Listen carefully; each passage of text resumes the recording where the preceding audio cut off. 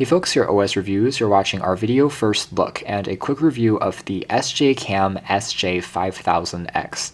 This is an action camera that's the flagship for the manufacturer at the moment and captures video up to 4K resolution with 25 frames per minute. The device itself sells for $130 on Amazon in the links below, so it is cheaper than the GoPro significantly, and in terms of the cost, it actually delivers pretty outstanding video quality across the board. One of its most unique selling points is having gyro stabilization as a mode, which will prevent shakiness from getting into your shots. Action cameras already do a good job of mitigating regular shake just because of the extra wide angle lens. On here is 170 degrees and they're using a Sony sensor. However, the gyro mode further improves on this feature, so if you're constantly walking around and doing vlogging videos, this is actually a great option to consider just for that feature alone. It also features built-in Wi-Fi, so you can download a companion app and then use the phone as the viewfinder.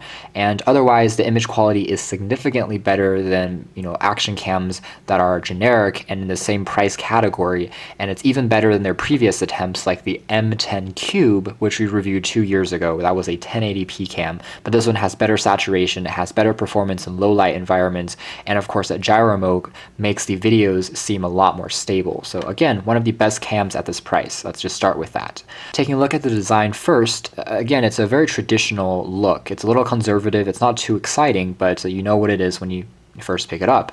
The materials here are predominantly made out of soft touch rubber, so it's pretty easy to grip and comfortable, but there are no aluminum or metal accents. On the front there's a power key, and once the unit is powered on, when you tap on it for 3 seconds, you can then tap on it once more to go into the various modes, such as taking images, recording video, going into the settings, and viewing back your images and videos. The top here features a shutter key for beginning to take a video, to end a video, and to take an image, and there are several LED lights that will tell you the status. It's going to flash when it's recording video so that you know what the camera is doing when you are looking at it even from the front. The side here features the controls, which correspond to up and down arrow keys. There's the microphone and loudspeaker, and there's also a Wi-Fi toggle to go into Wi-Fi settings and connect it to a phone. The bottom here features the removable battery, and it takes roughly 2 hours to completely charge. In my testing, I got roughly, I would say, an hour and 10 minutes of continuous recording before the battery drained and needed to be recharged again. The side here features access to the micro USB port for charging, micro HDMI port for video output, and also micro SD card slot. The unit does not come with any built-in memory, so you do need your own micro SD card, and it supports up to 128 gigabytes. On the back, you have access to a traditional TFT LCD panel for the display. I do wish that it was using a touchscreen sensor or something that's slightly larger or more modern feeling, but it works. It doesn't have terribly good viewing angles, but it performs decently enough, and it's bright enough to see even in outdoor environments. Other things that are included in the packaging which are noteworthy include a lens protector that also has kind of the SJCAM logo embedded on it. This is not an accessory that you tend to see on these low-cost action cams, but it adds some protection when it's not in its waterproof case. Speaking of, the waterproof case is fairly traditional. This is what it looks like, and it gives you also a few controls for going through the different menus, beginning to record video, even when it's in this 30-meter waterproof casing.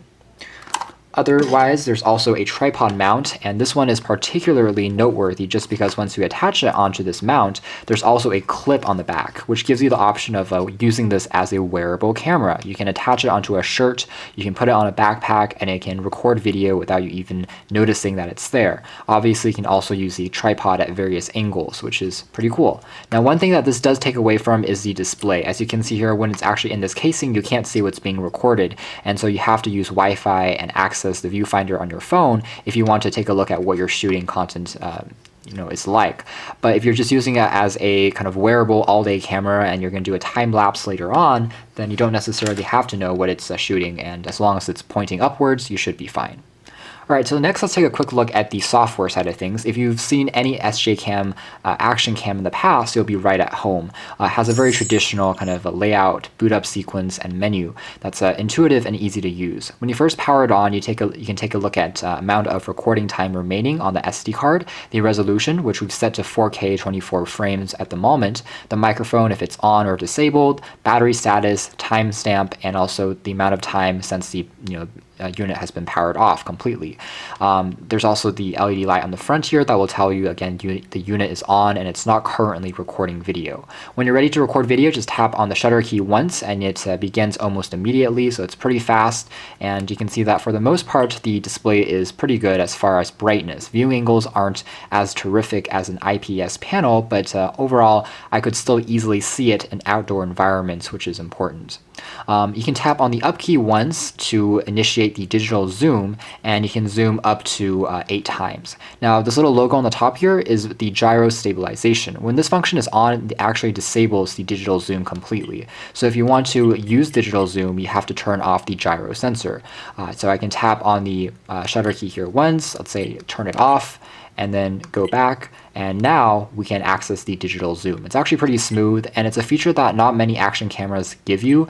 SJCAM is one of the few that actually gives you some extra features like this, so if you want to get closer to your subjects, this is a good option for that.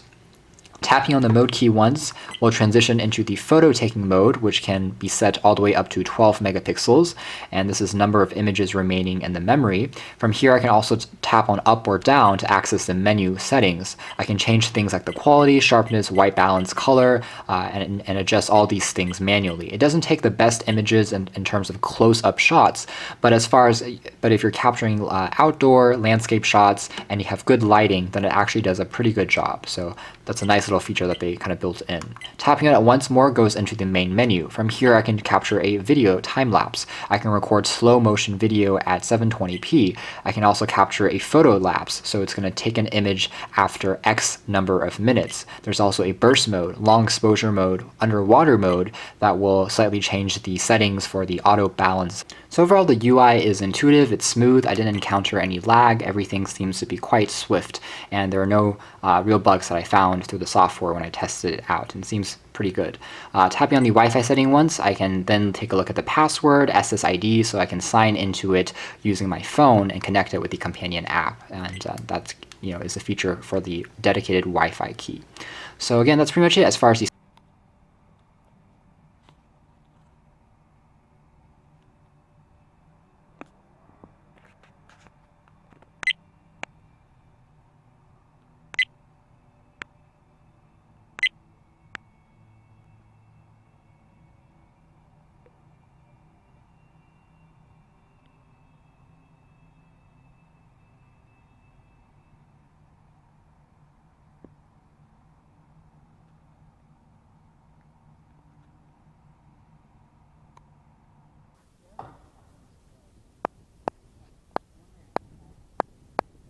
Taking a look at the companion app next, there's actually 2 versions which you can find. The SJCAM HD is actually a slightly older one, but they both work fine and they have overall the same functionality, the same interface. Basically, when you launch into this app, you have to first connect it using Wi-Fi, and you can tap on this first setting. And what you do is that you go into the Wi-Fi settings of your phone, and then you connect to the SJCAM directly, and from there you enter the password, which is typically 123456. And afterwards, you're connected to the camera, it's going to detect it, and you are ready to go, and you can start using the phone as a viewfinder. You can see that there is going to be a little bit of delay between what happens on screen versus what is in real time. So even though it's using Wi-Fi, there's a slight kind of transmission delay, but it's not too crippling, and overall the video quality is still quite smooth, and you can get a good idea of what you are recording. Obviously, there's a larger display now, so it's slightly easier to see. You have access to the same kind of timestamp options, resolution, and you also have access to the battery status information as well. On the top here, I can go into settings and do the same thing, change the WTR. I can also do a cycle recording, video lapse, exposure, and change all these things manually. And I can of course start recording video as well as take an image. On the bottom here, there's also additional settings I can tap on to change the resolution of the video all the way up to, it looks like 2K. So it seems that unfortunately 4K video is not available using the companion app, but overall the majority of the actions can be performed. You can also rotate the screen for a larger view, and tapping on the bottom here takes you into the image gallery so you can view back your content on your phone. So let's do a sample video recording, and it's going to record it after a 1-second delay, and then we see the lights start to flash, which indicate that again we are starting to record the video. So it actually works pretty well. So I guess the takeaway from the video samples that we showed you guys earlier would be that the SJCAM 5000X performs really quite well. In fact, at this price point of $130, it's definitely the best performing action camera that we've reviewed so far. That's saying a lot considering we've seen dozens of these throughout the years. The most impressive thing I think would be the gyro mode, the gyro stabilization. Although it's not perfect and it's not nearly as smooth as using a gimbal, it actually mitigates the effect of minor kind of disruptions with your hand and minor shakes really well. So if you're walking around, it actually does a great job. It has actually really great color saturation that makes images and videos seem quite sharp as well as contrasty, even on cloudy days and low lit environments. Perhaps there isn't quite as much detail and it doesn't look as neutral as the GoPro, but really the quality is quite comparable, and considering that the GoPros will sell for around twice the price of this unit, you are getting a lot for your money.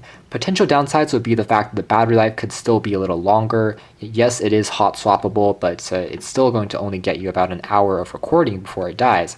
It gets a little bit warm during performance as well, and if you're using Wi-Fi, the battery does drain a little bit faster. But otherwise, image quality is very good, and overall we're fans of the color, the saturation, and overall, again, the detail is definitely there for a action camera of this price category. Certainly it's better than all of the recent ones that we've checked out. So SJCAM has done a great job in terms of optimizing the quality for the price.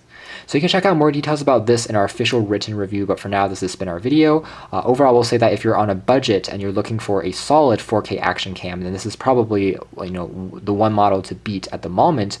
Yes, it isn't quite as cheap as some really generic models out there, which can go as low as $70 or $80 on Amazon, but the quality is definitely not as strong as this one, and you can trust us because we've tested those out as well. And again, you just get an overall better experience from the software to the quality of the video using the SJCAM.